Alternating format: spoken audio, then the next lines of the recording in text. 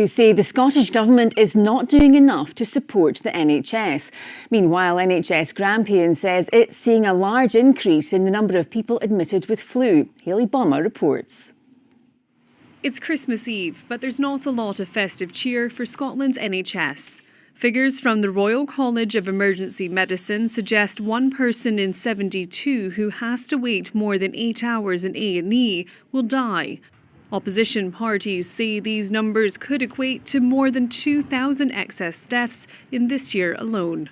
If you take all of the people between January and October this year, that's 150,000 people have waited far too long in our accident and emergency departments. That means for this year, there have been 2,045 excess deaths. 95% of people should be seen, admitted, discharged or transferred within 4 hours at A&E. That's the government target. Latest numbers suggest less than 2/3 of people were seen on time. We need a real winter plan, and we need Neil Gray to roll his sleeves up and actually do something about it, rather than accepting this is normal under the SNP administration. At NHS Grampian, those admitted to Aberdeen Royal Infirmary with flu have soared.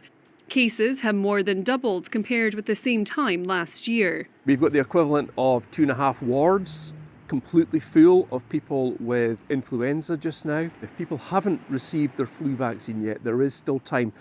Meanwhile, it also emerged the Scottish Ambulance Service declared an emergency last week.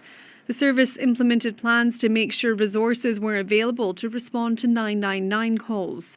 They said their staff are working hard to prioritise those most in need. For those supporting frontline workers, urgent action is needed. What we need to start having is leadership to be shown, and we need to make sure that we think about changes for the medium and the long term, not just the short term. Budget cycles year on year don't help the managers. The Scottish Government say today's figures are unacceptable, and it's investing £21 billion as part of its latest budget to improve care.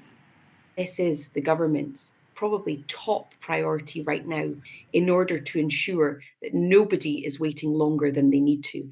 And it does require funding, which we're putting in place, and reform, and we have a plan for reform. It's one of the health service's busiest times of year, and those working in Scotland's NHS warn the pressure will continue unless changes are made.